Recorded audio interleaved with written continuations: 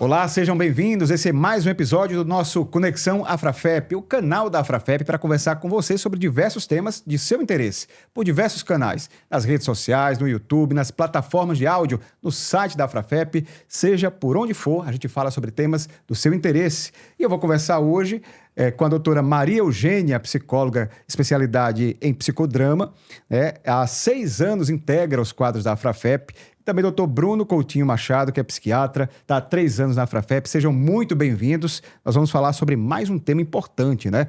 Nós vamos falar sobre o Janeiro Branco, preocupação grande nesse mês de janeiro, mas que não deve ser só nesse mês de janeiro, como você vai observar no nosso bate-papo. Seja bem-vinda, doutora Maria Eugênia. Vou começar primeiro com a senhora. Muito obrigada pela oportunidade, né? Eu agradeço a Afrafep em estar aqui dentro de um programa e de muita importância o tema, né? Janeiro Branco. Faz-nos refletir sobre o que é o Janeiro Branco. Isso. Né? O Janeiro Branco é um movimento, né, que busca informar e, de uma certa forma, trazer, digamos assim, um diálogo acerca sobre saúde mental. A importância da saúde mental. Agora, por que janeiro? Por que esse mês foi dedicado ao Janeiro Branco, né? Se fala tanto de saúde mental, por que janeiro? Janeiro porque é um mês onde se simbolicamente nos proporciona uma ideia de recomeço, né? De projetar as nossas necessidades, fazer uma reflexão, enfim, fazer uma reflexão sobre as nossas necessidades, principalmente no que concerne a situação das nossas emoções. Né? Então, por isso, janeiro. E branco é considerado porque, assim, é o começo. É como se fosse, simbolicamente, uma folha em branco. A cor neutra, né? Sim, né? Onde vai recomeçar, onde vai começar a partir de uma reflexão, de uma internalização. Né? Então, por isso, janeiro branco. Muito bom. Eu vou conversar agora com o doutor Bruno Coutinho Machado, psiquiatra. Doutor Bruno, agora, quando procurar o psiquiatra? Porque a gente sabe que Janeiro Branco envolve os dois, né? Os dois profissionais, psiquiatra, psicólogo. Qual a diferença de atuação quando procurar o psiquiatra? Obrigado, primeiramente. Seja bem-vindo, né? Obrigado pelo convite, a Afrafep, a minha aqui, Eugênia também, você, Richelle, obrigado pela oportunidade. Boa pergunta, vamos lá. O psiquiatra é um médico, certo? Faz 6 anos de graduação e mais 3 anos de especialidade médica em psiquiatria. E o psicólogo, a psicóloga vai me corrigir se estiver errado também, são 4 anos aí de curso. 5 anos. São 5 anos de curso. Enfim, são profissões diferentes, mas são irmãs. Né? São parceiros. Parceiros, Isso. exatamente. Uma busca da saúde mental. E quando procurar um psiquiatra, acho que quando há um sofrimento mental, tanto procurar um psiquiatra, um psicólogo é fundamental. O psiquiatra em si, se houver necessidade, daí o Janeiro Branco é importante também, né? A necessidade de uma medicação para aquele paciente, se preciso for, e claro, com muito critério, muita avaliação, faz necessária essa minuciosa avaliação. Se o paciente precisar da medicação, de forma geral, vai ser feito. Então, o médico, psiquiatra, vai prescrever medicação, se preciso for. Logicamente, tem que escutar, tem que acolher aquele paciente, e cada consulta é delicada, em pormenores. E acho que é fundamental a junção, um complemento com o profissional psicólogo, o psicólogo. Sim. Pois é, a pessoa que está assistindo, né, acompanhando, ouvindo esse podcast, eu sei que deve ter algum sinal que a pessoa ela deve ficar atenta, né? Principalmente nesse Janeiro Branco, a gente fala muito, né, o mês de conscientização, tem o mês de setembro também, o mês de setembro amarelo, a gente vai falar um pouquinho mais sobre isso. A preocupação deve ser durante todo o ano, mas você que está ouvindo, você que está acompanhando, está assistindo a esse podcast, por exemplo, quais os sinais que a pessoa deve observar para procurar psicólogo ou psiquiatra? Vou começar primeiro com a doutora. Eu acho que Bruno pode também complementar, né? Mas um dos primeiros sinais é a questão do isolamento, né? É um dos sinais assim que reflete bastante, que nos dá esse primeiro olhar, né? A mudança de humor, né? A mudança de rotina. Isso, até mudança de comportamento. Exato. Pode ser um isolamento, pode ser o contrário, querer sair mais de casa. Há sinais que estão modificando aquele comportamento. Hábito geral. Como se fosse uma fuga, né? Pode ser também. Aham. Pode ser também. Pode ser, né? Porque não tem marcador, né, para transtorno mental. A gente tem que conversar, entender. Agora, observar é o principal. A família é importante, né? Que há uma mudança de hábito do humor daquele paciente. Ele pode estar mais retraído ou mais eufórico, Mais pode ser falante. mais falante, assim também. Ou mais acuado, ou achar que está suspeitando de alguma coisa que está dentro de casa que não é real, digamos assim. Então, a família, quem está ao lado, pode observar isso aí e dar uns sinais. Sim, são os primeiros, né, a perceber. Ah. Geralmente. Mas não... Agora, fora o isolamento ou essa mudança de comportamento, tem alguma outra coisa que a pessoa deve observar no dia a dia? Que pode ajudar também nessa busca pelo profissional? Ou quando procurar ajuda, né? Tem isso? Eu acho que, assim, tudo que é excessivo, né? Tudo que é excessivo. Por exemplo, se trabalha muito, né? Tem também esses indicativos também. Pode concorrer para. Ansiedade, né? Sim. Demais. Ou a depressão, né? Sim. Ou o sentimento também de depressão. Existe... Uma raiva também, uma emoção mais acalorada, mais... Né? Pode também. Doutor Bruno, existem casos de a pessoa, por conta própria, procurar diretamente o psiquiatra e não o psicólogo? Sim. Isso é comum. Qual a situação? As mais diversas possíveis, porque a gente tem que, como eu falei, são irmãs, né?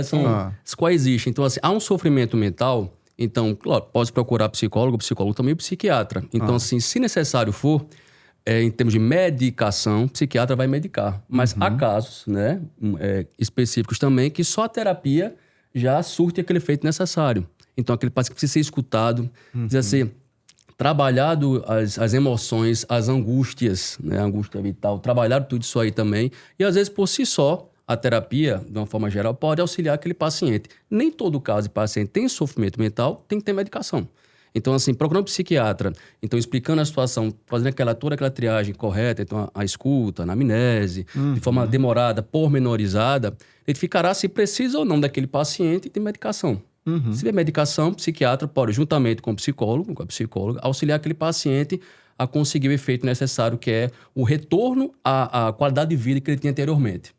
Lembrando a você que está acompanhando nosso podcast, nosso videocast, assistindo, ouvindo, que o Centro Médico da Afrafep tem os atendimentos, como eu falei no início aqui do nosso bate-papo, da nossa conversa. A doutora Maria Eugênia e o doutor Bruno atendem no Centro Médico da Afrafep, né? E como a gente pode desmistificar aquilo que algumas pessoas ainda pensam, doutora, sobre preconceito? Para lhe responder, eu vou voltar um pouquinho, complementando essa pergunta anterior que você fez. A minha realidade também, na Afrafep, não vem só do... Por exemplo, o usuário, ele não chega, talvez, sempre diretamente, ou para o psiquiatra ou para o psicólogo. Ele pode ir para as outras especialidades que tem no centro médico. Isso acontece muito, né? De ir a uma outra especialidade, a um neurologista, por exemplo, a um oftalmologista. Excelente colocação, Eugênia. Exatamente. Né? Então, vem sempre, acontece muito de outras especialidades ter esse olhar, observar essa reação.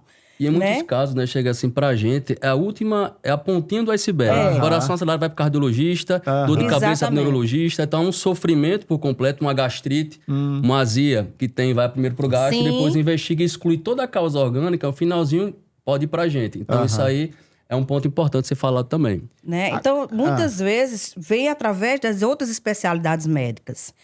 E uma das coisas que eu observo e que é muito importante é esse trabalho em conjunto, né? Que não só depende do psiquiatra e do psicólogo. Nós trabalhamos de forma integrada, né? Então, este médico que é, digamos assim, a porta de entrada, ele indica, não. Então, eu gostaria que... Ultimamente tem vindo muito assim. Gostaria que você marcasse um horário no psiquiatra, no psicólogo. E eles chegam assim... eu tô aqui porque doutor fulano me mandou aqui. Ele ainda não sabe, né? Ele ainda não tem uma... Tem a resistência, né? Né? Por vontade, ou por necessidade, ou por uma observação. E aí eu vou explicar. Geralmente eu explico, né? Essa questão exatamente do que você me perguntou. Por que é tão difícil chegar e diretamente, ainda desmistificar o trabalho do psicólogo e do psiquiatra, né? Porque eu sou doido, é a primeira coisa, né? Exatamente. Doutor fulano me mandou, mas doutor, eu não estou doido, né? E eu não preciso de medicação, porque eu tenho muito medo de ficar dependente. Exatamente. Então chega assim pra gente. Eu ajudava tanta gente e tô aqui pedindo ajuda. Exatamente. Né? Eu é que era o pilar da minha casa ou da minha família, enfim, dos meus amigos, e agora eu tô aqui. Então muitos têm vergonha chegando lá, se sentindo fragilizados por conta disso. Sim. Muito pelo contrário. É sinal de fortaleza pedir ajuda. Exatamente. Porque nem todo mundo consegue, nem todo mundo tem essa força, né? emocional, Exatamente, né? exatamente. E maturidade emocional. Agora, a gente tem que falar que muita gente aprendeu ou reaprendeu, né, na pandemia, né, a valorizar a saúde mental. A gente aprendeu muito isso, né, na pandemia. Vocês sentem isso na prática, que antes da pandemia Era um comportamento. tinha um comportamento e depois da pandemia Sim. as pessoas estão começando, mesmo que seja um pouquinho diferente, um pouquinho melhor, Sim, esse entendimento sobre a importância da prevenção, da saúde mental. sim. Antes da pandemia, a gente sentia de uma forma o comportamento e hoje, por uma necessidade, né?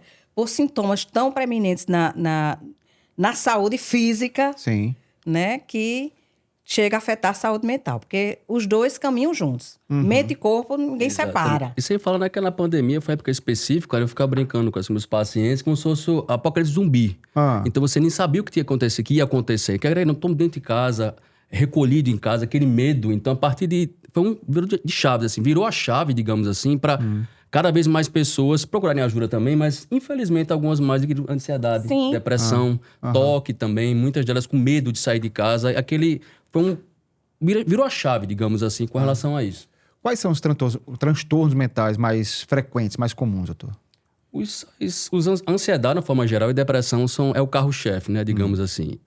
De uma forma geral, é bem por mim. O Brasil é um dos mais ansiosos do mundo, os países mais ansiosos do mundo. Também depressão associada também. Então, assim, é o carro-chefe, a ansiedade e depressão. Os transtornos ansiosos, de forma geral, e depressão. É o carro-chefe. E, inclusive, os dois que têm, assim, mais digamos assim, casos de problemas no trabalho, né? De falta por conta dessa, né? Ansiedade e depressão. Agora eu vou fazer uma pergunta. Sintam-se à vontade para como responder, tá? Vocês atendem no Centro Médico da Afrafep, né? Sim. E já teve atendimento assim que o pessoal chegou falando assim: eu não sabia que a Afrafep tinha esse atendimento ou procurou depois de muito tempo. Porque a gente sabe que muita gente não tem a informação, né? Como deveria, o conhecimento. A gente sabe que cada vez mais conhecimento, mais informação, as pessoas vão atrás, né? Vocês sentem que um caso ou outro... Porque às vezes tem a especialidade e o pessoal não vai atrás, né? Hoje eu já vejo diferente. Hoje eu já vejo a procura, assim, muito corrente das especialidades na Afrafep. Boa. Pela divulgação também, né? O boca a boca, a questão das mídias sociais. Então, é uma coisa que a Afrafep tem feito muito esse trabalho. Né? Então, parabéns aí, viu? Vocês para a Afrafep, vamos. De preparo. Eu já cheguei lá, estava lotado, e passei Olha atrás aí. de psiquiatra. Já era bem conhecido, graças a Deus. Sim. Que bom. Agora, doutor Bruno, vamos lá. Existe algum exercício que a pessoa pode fazer? Exercício ou prática preventiva para que a pessoa possa, em casa, no dia a dia, um exercício de respiração? Ou, peraí, vou contar até 10. A psicologia pode ajudar a fazer isso também. Mas eu gosto de falar para os pacientes também que o básico bem feito, o que a gente dá a vida da gente, é fundamental. Se alimentar bem, tomar água, dormir bem, ter um lazer mínimo, um prazer mínimo de saúde. O basicão bem feito é fundamental para a saúde mental. Sim. É fundamental para a saúde mental. Então, fazendo isso com rotina, com uma alimentação adequada, a atividade física é fundamental. Então, fazendo tudo isso é fundamental para que o paciente, além de medicação, se preciso for, às vezes só uma terapia bem feita, como o doutor aqui faz, pode ajudar aquele paciente. Então, assim, é fundamental. A saúde mental é o bem-estar biopsicossocial, né? A saúde, de forma geral, é o bem-estar biopsicossocial pela OMS. E espiritual. E espiritual também. Boa. É muito importante. Que também faz parte dessa Também. base. Aí não fala de religião, Não. de religiosidade. E espiritualidade, Isso que é mais algo importante. mais amplo, É né? fundamental. A Mas gente não com tá relação aqui... a nas crises de uma forma geral, tem o mindfulness também, Mindfulness. né? Que é fundado. A técnica de inspiração também pode auxiliar. respirar pela barriga, né? Que o nervo vago vai sendo estimulado aqui também, então vai acalmando aos pouquinhos. Tem uma série de medidas que podem auxiliar. Na verdade, é perceber se a sua respiração, né? Fazer um trabalho de atenção plena. Isso, também, exato. Tem uma gama. Que bom, que bom. Doutora, existe algum tipo de atendimento frequente no seu caso? Assim, quem procura mais? É o quê? Adolescente? É idoso? São mulheres? O que é que a senhora observa mais nos seus atendimentos? As mulheres são mais frequentes. Mas os homens, quando eles se comprometem, eles fazem. Realmente, assim, eles vão até o fim. Certo? Tem uma resistência de início, mas quando eles se comprometem, eles se responsabilizam pelo seu processo. E quando a pessoa entende que... Eu vou reformular a pergunta. Porque quando o médico ou o psicólogo diz que já está ok, você não precisa mais de atendimento, existe isso, né? Não, você está num momento agora que eu acho que já está mais estável. Isso aconteceu comigo. Eu vou falar para vocês, né? Já fiz um tempo, né, de terapia. E aí aconteceu, olha, se você quiser continuar vindo, ok, mas você está mais estabilizado agora. É relativo isso? Tem um tempo? É relativo. Agora, o próprio paciente, ele vai também se percebendo, né? Quando ele se compromete, quando ele faz, como o Bruno falou, né? Tudo bem direitinho, o dever de casa bem direitinho, ele mesmo se percebe. Mas eu vou fazer um parênteses aqui, viu? Já interrompendo. Às vezes a pessoa pode dizer, não preciso mais não. Não, mas é que tá, vamos lá. Aí isso é a questão, logicamente, da terapia como Do um todo. acompanhamento. Isso, do acompanhamento. Agora, da medicação, de uma forma geral, o médico psiquiatra que tem esse tratamento nas mãos. Vamos lá. Conversando com o paciente, no estável, na eutimia, né? Timia é humor, tá? Eutímico é estável, por um tempo X, aí pensa assim, desmamar a medicação, tirar aos poucos a medicação, acompanhando sempre o paciente de perto, para só depois da alta. Isso da alta médica. Alta médica psiquiátrica. Então, medicação é coisa séria, tem que ser feita de forma correta, adequada, pelo tempo X, em instabilidade do quadro, aos poucos vai retirando a medicação, em contato com o paciente, para só assim desmamar e dar alta da psiquiatria. Entendi. Doutora, nesses meses de janeiro e de setembro, a gente sabe que tem o Setembro Amarelo também, que fala muito sobre a prevenção ao suicídio, também saúde mental. Vocês percebem, vou começar com ela, mas os dois podem responder, vocês percebem um aumento de procura pelos atendimentos nesses 2 meses, de janeiro e setembro? É como eu falei, assim, como lá na Frafep tem uma dinâmica diferenciada, né? Por esses médicos especialistas, eles nos procuram, né? Através dos pacientes. Já é uma coisa mais organizada, assim. A procura já vem através de uma agenda pré-determinada. Agora, existe sim aqueles casos de urgência que aí a gente dá um jeitinho para poder atender. Sim. Né? Porque é urgência, né? Sim, sim. Não pode deixar para amanhã. Né? É urgentíssimo. Então, a gente está sempre encontrando uma maneira de atender a todos, né? Dentro do possível. Doutor Bruno, qual a recomendação que o senhor faria? A gente está caminhando já aí para os nossos momentos finais. Acho que é muito bom falar sobre isso, né? Sobre a importância de se prevenir, né? De cuidar da saúde, não só mental, né? Mas que recado o senhor gostaria de deixar para a pessoa que está ali em casa, às vezes está entrando ali num momento de trabalho que está acumulando e não está percebendo, ou sabe, num ritmo ansiedade, não está conseguindo parar para pensar em si, né, e de procurar ajuda. Qual o recado, o que dizer para essas pessoas? Pronto, Richard, perfeita a sua colocação. Vamos lá, falou coisa interessante aí, de absorver, de juntar, vai juntando, acumulando. Chega muito no meu consultório, acho no seu também, né, Virginia? Pacientes não aguentam mais, que vão juntando, vão absorvendo, chega a hora que não aguenta mais. Então o corpo vai sinalizar de alguma forma. Então a palavra-chave é fala. Você está incomodado, fala, procura ajuda.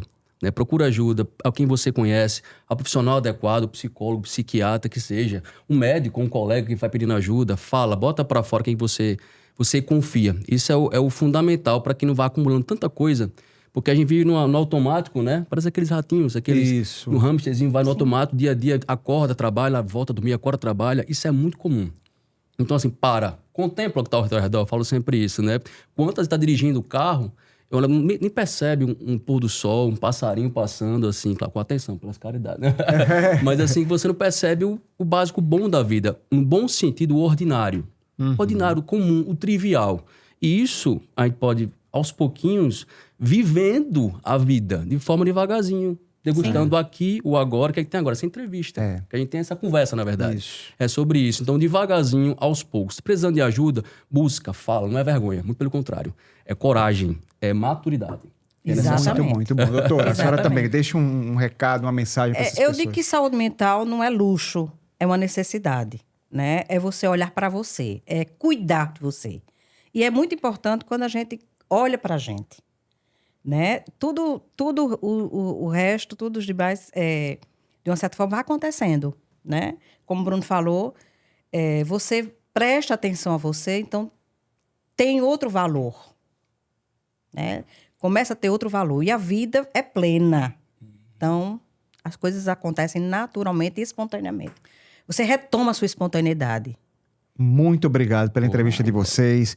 Eu ressalto que tanto a doutora Maria Eugênia como o doutor Bruno atendem no centro médico.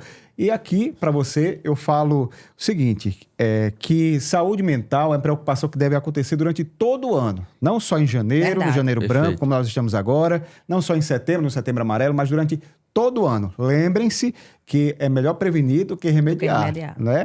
Então, eu falo como causa própria, mais uma vez, né? Eu sempre busco, acho que é sempre bom ter, né? A terapia, sempre, a gente vive numa ansiedade, numa correria, sabe? Então, calma, né? Respirar, procurar ajuda, procurar apoio, porque é importante a gente ter essa prevenção. Eu digo que a psicoterapia não é só tratamento, é autoconhecimento. Autoconhecimento. Obrigado mais uma vez. Obrigado mais uma vez. E a você que acompanhou esse podcast, esse episódio, obrigado por acompanhar. Mais uma vez, nós agradecemos a você que está compartilhando, né, os episódios do nosso Conexão AfraFep. Esse é só mais um episódio. Tem mais. Você vai assistindo aí, acompanhando a todos. E até o próximo.